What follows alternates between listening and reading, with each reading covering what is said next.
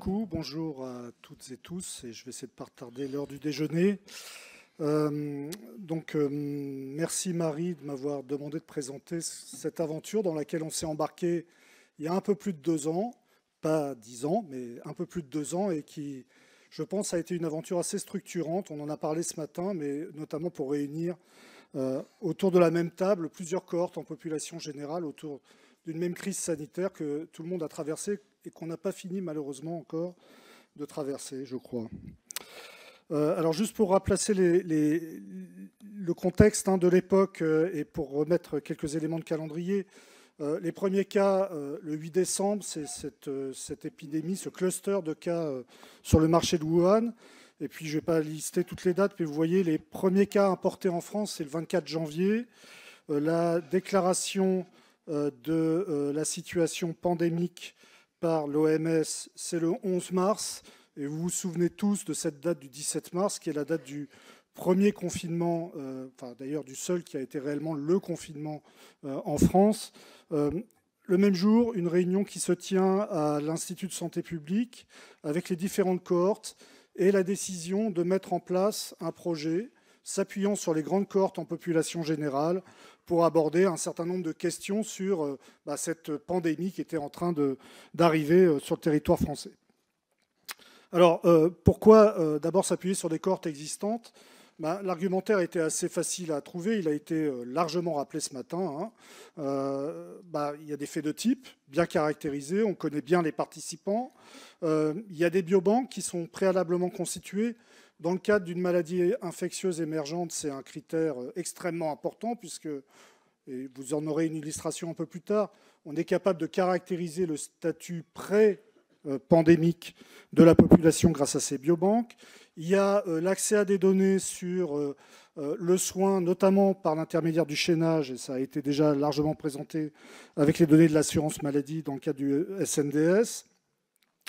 Il y a des méthodologies, un savoir-faire en matière d'utilisation des données, de redressement pour pouvoir produire des estimations qui tiennent compte des biais de sélection et des biais d'échantillonnage, et puis aussi toute une infrastructure qui permet d'accueillir finalement des recherches avec, y compris, c'était une préoccupation du début, la capacité assez rapide, ou plus rapide en tout cas qu'un projet de novo, de rentrer dans un cadre réglementaire et éthique tel que nous l'imposent les lois d'application de la recherche biomédicale en France. Et puis il y a également un intérêt, je dois dire, qui est celui de la visibilité. Quand les cohortes sont installées, on voit bien, et aujourd'hui on est la preuve, la grande visibilité internationale de la cohorte Constance en particulier. Alors, le projet qu'on a mis en place, il avait comme objectif, et donc ça c'est le 17 mars, le jour du confinement, d'appréhender les principaux enjeux épidémiologiques et comportementaux de l'épidémie avec un volet sciences sociales assez fort. Je dois dire qu'au moment où on a discuté de ce projet et au moment où on a défini les objectifs, on ne savait pas trop finalement ce que tout cela allait devenir. Et évidemment, ces objectifs, ils ont évolué au cours du temps. Mais globalement, en matière d'objectifs épidémiologiques, un des premiers, c'était celui d'être capable d'estimer l'incidence. D'abord des symptômes, parce que je vous rappelle, en mars 2020, nous n'avions pas la PCR pour tous. La PCR était réservée aux formes graves qui arrivaient à l'hôpital ou éventuellement au personnel de soins. Et donc d'être capable de documenter finalement la pénétration de cet agent pathogène sur le territoire, et puis de documenter aussi la prise en charge, les complications, les comportements de prévention. Le masque était en train de se mettre en place, on en a parlé aussi ce matin, et également des objectifs en sciences humaines et sociales autour de l'application de ces mesures dans la population, leur perception, la façon dont les caractéristiques sociales pouvaient influencer ou non finalement l'impact et le fardeau de cette maladie dans des populations spécifiques, donc avec un axe assez important sur les inégalités sociales de santé. Alors le dispositif, il a consisté à réunir autour de la table, et je les remercie les quatre, d'avoir joué le jeu, 4 grandes plateformes généralistes en population générale, donc Constance, bien entendu, mais aussi E3N, E4N, Nutrinet Santé, qui est donc une étude que vous connaissez, qui est une étude par Internet du comportement alimentaire, et puis Et puis Elf-Épipage, qui regroupe une cohorte de naissance d'enfants qui, à l'époque, étaient nés en 2011, donc ils avaient 9 ans au moment de la crise sanitaire. Ils sont aujourd'hui un peu plus âgés. Mais voilà, donc aussi une population d'enfants rejoint. On a eu, donc ces 4 cohortes, elles représentaient, bon an, mal an, environ 450 000 personnes, dont plus de 200 000 étaient suivis par Internet, et ça nous paraissait extrêmement intéressant de s'adresser à ces participants pour recueillir très rapidement de l'information sur le Covid. Il y a des biobanques préépidémiques qui étaient constituées et on a été également extrêmement soutenu, d'abord par l'ANR Flash Covid qui a permis d'amorcer, avec aussi un financement Reacting obtenu auprès de la Fondation pour la recherche médicale, le projet, et puis après par des financements plus lourds qui sont arrivés, notamment soutenus par le MESRI dans le cadre de l'ANR PIA, et puis plus récemment par le CAPNet. Alors les objectifs de SAPRI, c'était des objectifs recueillis par questionnaire, mais très vite, il est apparu important de compléter ces informations cliniques et sociodémographiques recueillies et de comportements recueillis par questionnaire par des informations biologiques. Et donc, on a mis en place, et là c'est le pôle de recherche clinique de l'INSERM qui a coordonné et qui a promu cette partie-là, un prélèvement à visée sérologique dont les objectifs sont listés ici, que je ne vais pas tous lire, mais dont les objectifs étaient d'être capable de documenter finalement qui avait été infecté, qui ne l'avait pas été, à partir de résultats sérologiques, et puis aussi d'étudier de quelle manière la sérologie pouvait s'inscrire dans la prise en charge et dans l'évaluation finalement des politiques de santé publique autour du Covid.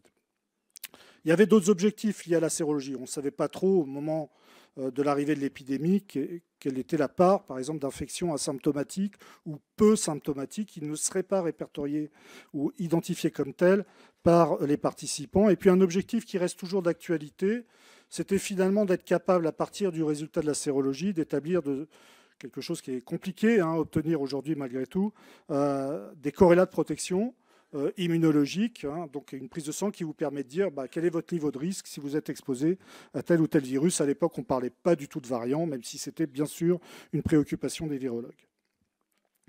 Donc le schéma expérimental, de façon très simplifiée, parce qu'il y a eu beaucoup de discussions et puis quelques amendements malgré tout, ça a été le recueil de 4 questionnaires sur l'ensemble des cohortes. Enfin, Elf-Épipage a arrêté après la première vague, mais pour les 3 cohortes adultes, on a continué jusqu'à la vague qui est en cours actuellement, et puis de réaliser des prélèvements. Alors, au moment où on a démarré l'étude, il fallait qu'on fasse des prélèvements en grand nombre. Ce n'était pas possible d'envoyer, puisque les personnes étaient confinées, les personnes se faire prélever dans un laboratoire. Donc il a fallu trouver un dispositif qui permette de recueillir du sang et de faire de la sérologie. Et c'est le prélèvement sur buvard qui a été retenu, avec donc un premier prélèvement qui va d'abord porter sur 18 000 volontaires en mai-juin 2020 dans 3 régions, donc les 2 régions qui avaient été les plus impactées, Île-de-France, Grand Est, et puis une région témoin, entre guillemets, qui était la région Nouvelle-Aquitaine, et puis étendu après à 80 000 autres volontaires qui étaient sollicités en juillet-septembre 2020. Donc le premier prélèvement, finalement, il porte à ce qui s'est passé après la première vague. Ensuite, un suivi beaucoup plus light, mais malgré tout toujours aussi compliqué.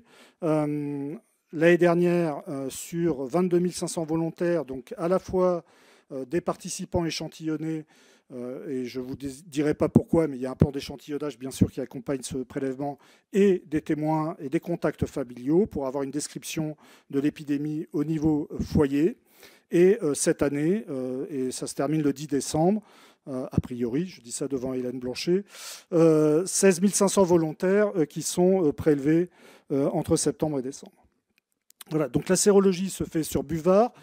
C'était un challenge parce qu'on n'était pas certain du tout, au moment où ce dispositif était adressé chez les participants des différentes cohortes, qu'on allait être vraiment capable, avec une fiabilité importante, une bonne qualité de résultats, d'obtenir des résultats sérologiques consistants. Et il s'est avéré que les choix qui avaient été faits étaient les bons, Mais voilà, c'était quand même un enjeu au départ. Une énorme logistique à organiser avec une centralisation et la réactivité de la Fondation Jean Dossé du CEF a été extrêmement importante pour faciliter finalement la mise en place de cette organisation. Et puis également, je dirais, un investissement extrêmement fort de l'unité des virus émergents de l'Université de Marseille, Aix-Marseille, dirigée par Xavier de Lamballerie, pour la mise au point des techniques sérologiques et la réalisation des tests. Je rappelle qu'on parle là de plusieurs dizaines de milliers de tests, et donc il n'y avait pas forcément ces capacités mobilisables aussi facilement que cela dans d'autres laboratoires. Alors en matière de tests sérologiques, 3 tests étaient pratiqués sur ces échantillons initiaux. Le premier, c'était un test qui était pratiqué sur tous les échantillons, qui était un test ELISA, qui détecte des anticorps dirigés contre la protéine Spike, cette protéine qui permet au virus de se fixer aux cellules. Et selon le résultat du test ELISA, en particulier lorsque le résultat était supérieur à une certaine valeur qui est notée sur cette diapo, qui est 0,7, on réalisait systématiquement 2 autres tests. Un test de neutralisation, donc, qui lui est un test, je dirais, dans l'état de l'art, qui permet de mesurer la capacité réellement neutralisante des anticorps présents dans le sérum du participant vis-à-vis du virus, et qui est un test extrêmement spécifique d'un contact avec le virus à cette époque. On était bien avant la vaccination. Et puis un autre test qui est un test ELISA contre une autre protéine du virus, qui est la nucléocapside, et qui est assez spécifique de l'infection et pas de la vaccination. Alors, je ne sais pas si vous voyez la diapo comme moi, mais malheureusement, il manque une partie de la figure. Donc, parallèlement à l'organisation de cette logistique, il y avait tout un groupe de travail qui réfléchissait, et c'est dommage, vous ne voyez pas ce que moi, j'ai vu au moment de la présentation, qui réfléchissait aux techniques de redressement, parce que ça a été abordé, il y a ce savoir-faire dans chacune des cohortes, mais finalement, quand on poule plusieurs cohortes avec des processus de sélection, avec des processus d'échantillonnage qui sont pas forcément toujours identiques, la capacité à redresser l'échantillon global qui est multicohorte est aussi un enjeu. Et donc il y a tout un groupe de travail qui a impliqué les biostatisticiens des différentes cohortes et qui a abouti à produire une méthodologie pour redresser les estimations qui étaient produites. Et donc là, c'est dommage, vous ne voyez pas le avant-après, mais globalement, après, on est bien mieux qu'avant en termes d'adéquation à la population des 3 régions françaises qui étaient listées ici. Voilà. Je veux le dire aussi parce que c'est un élément important, c'est la réactivité. Finalement, sans faire du French bashing, on attaque souvent le fait qu'on n'a pas été très réactif. Bon, c'est pas vrai. Donc là, vous avez ici aussi quelques éléments d'agenda qui sont précisés. Vous voyez, cette réunion du 17 mars, le premier questionnaire était administré à un participant. 15 jours après cette réunion, on décidé de mettre en place une étude. Donc il y a eu quand même un temps, y compris avec d'obtention des autorisations réglementaires, un temps extrêmement condensé pour pouvoir commencer à recueillir de l'information chez les participants. Le premier prélèvement, donc encore une fois en imaginant toute la logistique qu'il avait fallu mettre en place, plus la validation des protocoles par le CPP, etc., le premier prélèvement a été réalisé le 4 mai, c'est-à-dire 48 jours après la décision de mettre en place l'étude. On n'a pas fait moins bien. Et je dirais peut-être même qu'on a fait mieux sur ces délais-là que d'autres collègues, y compris par exemple en Angleterre, où les délais étaient un peu plus longs. Voilà. Et vous voyez, après les publications, ça a été un peu plus long, mais globalement, la première soumission d'un article, c'était au mois de juillet, qui rapportait finalement des résultats sur l'incidence semaine par semaine, jour par jour même, dans la population des participants après le début du confinement. Donc maintenant, un petit bilan très rapide. Globalement, 140 000 à peu près participants ont rempli des questionnaires et on a recueilli, par rapport à notre objectif de 98 000 sérologies, 88 000 sérologies exploitables qui sont listées ici dans chacune des cohortes, dont Constance. Quelques résultats rapides, donc là j'en parlais à l'instant. On a pu très vite objectiver la diminution de l'incidence suite à la mise en place du confinement, ce qui était quand même un élément important, et d'ailleurs qui était corroboré par des données de surveillance en population. Un autre résultat qui a été également publié assez rapidement, qui est l'inversion du gradient social. Hein. Avant le confinement, c'était plutôt les CSP+, qui étaient infectés. Pendant le confinement, la capacité de télétravail, c'était plutôt réservé aux CSP+, ou aux catégories sociales les plus favorisées. Et inversement, toute une partie de la population a dû continuer à travailler. Et donc, ça a creusé, ça a augmenté les inégalités sociales potentiellement pendant le confinement. Peut-être le résultat vraiment important, le premier vrai résultat important d'un point de vue épidémiologique, c'est celui de finalement la distribution d'âge des cas basés sur les résultats de la sérologie dans les 3 régions, qui montraient qu'il y avait une incidence cumulée aux alentours de 9 à 10% entre l'Île-de-France et le Grand Est, donc les 2 régions les plus impactées après la première vague, alors que l'incidence cumulée était plutôt aux alentours de 2 à 3% en Nouvelle-Aquitaine, et qui a identifié, qui a été une des premières études à identifier des facteurs de risque. Bien sûr, on avait des données de surveillance qui avaient produit des estimations à peu près du même niveau, mais pas la capacité d'identifier les facteurs associés ou les déterminants de ces sérologies positives, de ces infections potentielles. Et un des facteurs qu'on a retrouvé, par exemple, c'est le fait que les fumeurs actifs avaient potentiellement un risque plus faible d'avoir une sérologie positive que les non-fumeurs. Résultat qui a été retrouvé dans d'autres études également. Voilà. À l'aide de ces données de sérologie, on a pu aussi très vite caractériser finalement des paramètres de santé publique qui sont importants, hein, des indicateurs de santé publique qui sont importants, et en particulier là le risque d'infection par hospitalisation, où on a montré cette belle relation, si je puis dire, exponentielle avec l'âge, un risque qui doublait d'être hospitalisé lorsqu'on était infecté à chaque fois que l'âge augmentait de 10 ans. Ces données, elles ont également été utilisées dans un travail collaboratif avec l'Institut Pasteur, où à la fois combinant une modélisation de l'incidence cumulée jusque fin décembre 2020 et une estimation de la part cachée des infections qui échappaient à la PCR ou au dépistage par test antigénique, etc., dans la population générale, et qui montrait que finalement, fin 2020, alors que là, la PCR était largement répandue, n'importe qui pouvait aller se faire gratter le nez un peu facilement, 50% seulement des infections étaient détectées par ce système sur l'ensemble des infections, et donc en utilisant les données qui étaient recueillies dans ce projet. Alors maintenant, quelques données et quelques résultats plus récents. Donc, après le premier suivi, donc peut-être regarder juste sur ce flowchart la première ligne. On a recueilli 75 000 questionnaires de suivi qui documentent donc à la fois l'histoire vaccinale, puisque le vaccin est arrivé en décembre 2020, et l'histoire en termes d'infection documentée depuis le début de la crise sanitaire. Et puis, regardez peut-être les 2 dernières lignes du bas, où on a pu recueillir 14 000 sérologies de suivi sur les 16 500 qu'on avait prévues initialement chez les participants des cohortes. Je ne présenterai pas de résultats chez les foyers, c'est toujours en cours d'analyse. Et parmi ces 14 000 participants, on a décidé aussi de faire de la séroneutralisation sur un échantillon aléatoire de 1069 participants. Donc le résultat, un des résultats est illustré ici. Donc c'est des figures assez compliquées. À gauche, c'est le titre en quantitatif de immunoglobuline contre le spike, toujours avec le même test ELISA.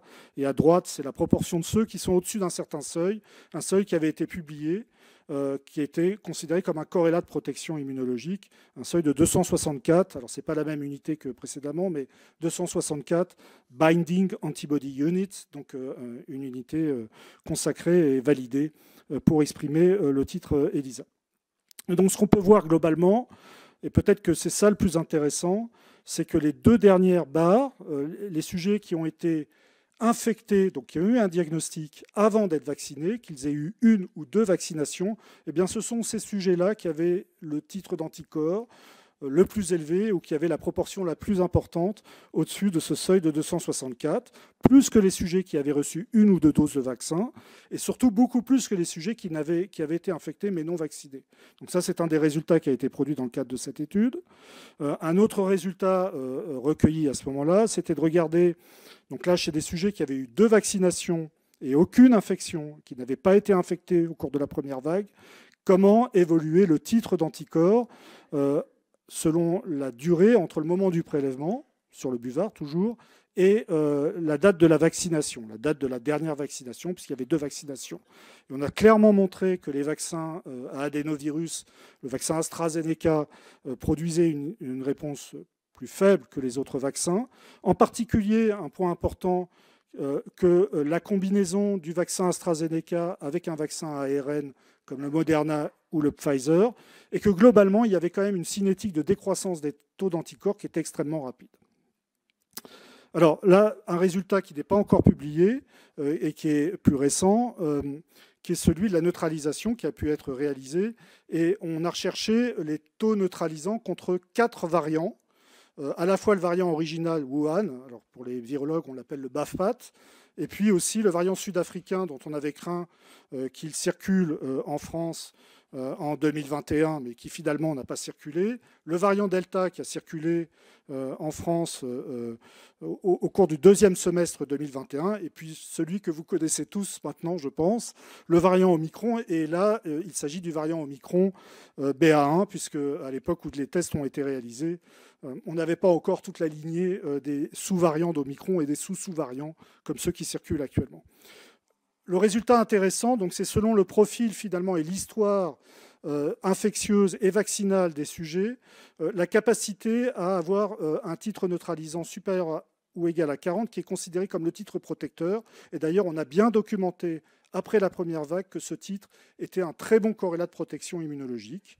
Et donc vous voyez qu'effectivement les sujets qui ont été vaccinés, qui n'avaient pas été infectés, ils étaient, on va dire, 70% protégés par la vaccination contre le variant, le virus original, le Wuhan, mais seulement, c'est la première ligne surlignée en jaune, 2% protégés contre le nouveau variant Omicron.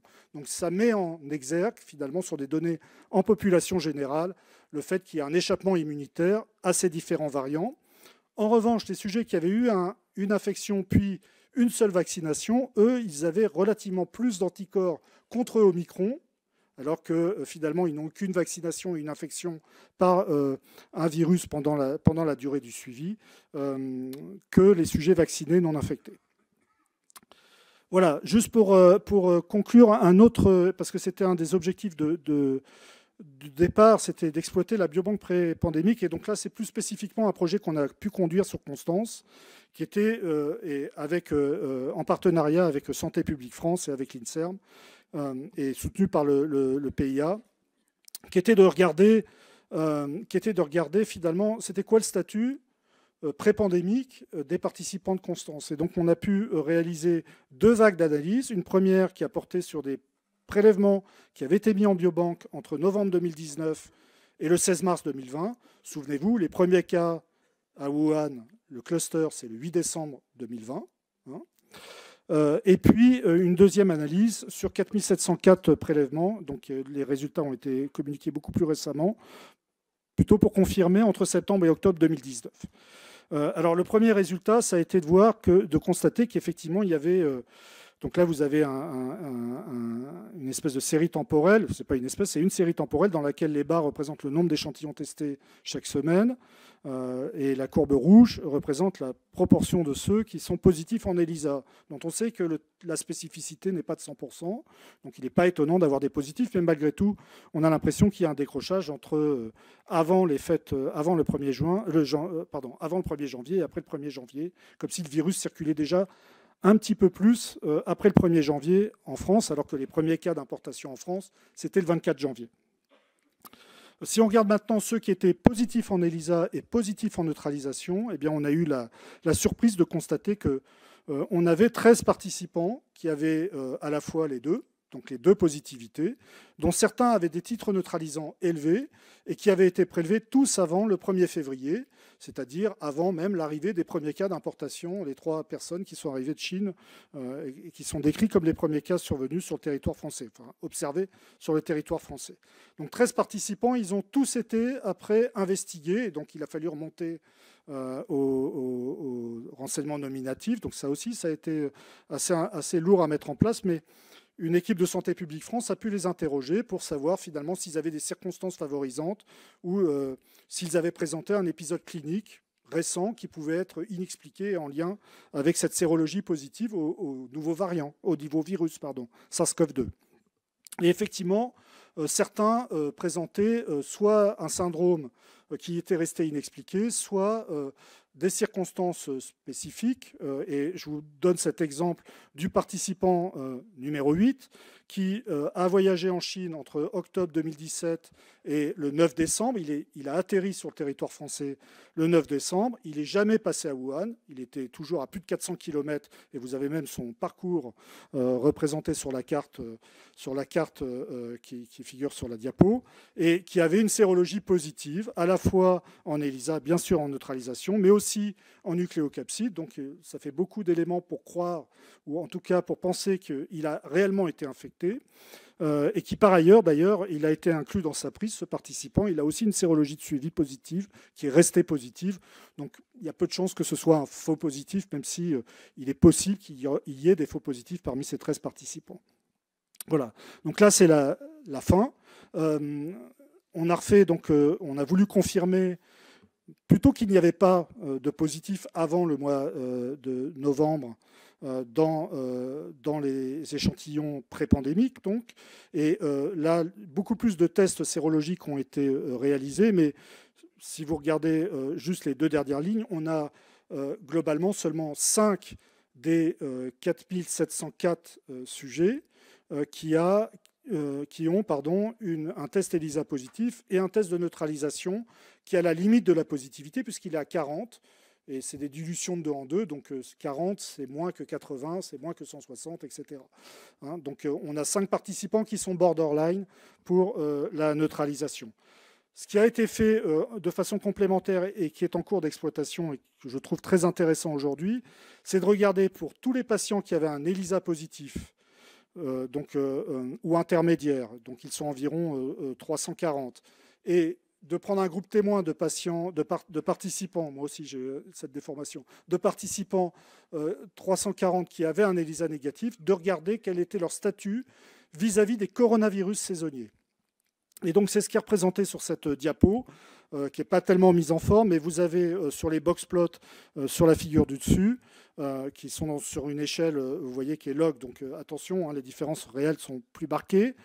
Vous avez les titres contre les coronavirus saisonniers, en bleu chez les patients qui ont un ELISA négatif et en rouge chez les patients qui ont un ELISA positif pré-pandémique.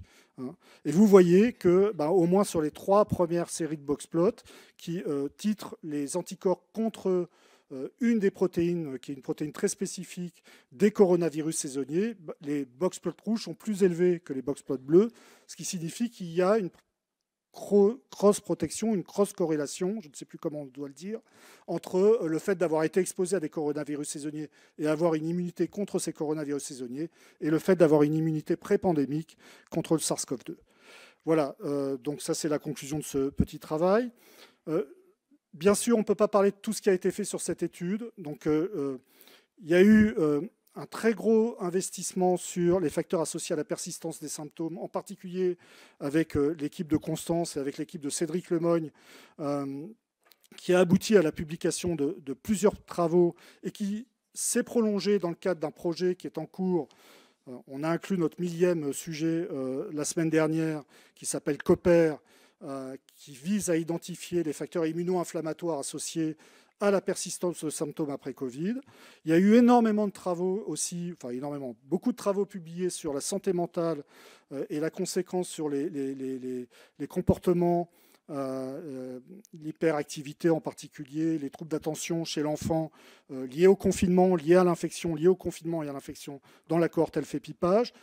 Nutrinet Santé a bien exploité, je pense, tout ce qui est conséquence du Covid sur le changement des comportements nutritionnels ou le rôle des facteurs nutritionnels dans le risque d'infection, montrant d'ailleurs que la réalité n'était ni blanche ni noire, et que certains sujets aggravaient leur comportement alimentaire et que d'autres, au contraire, l'amélioraient pendant le confinement.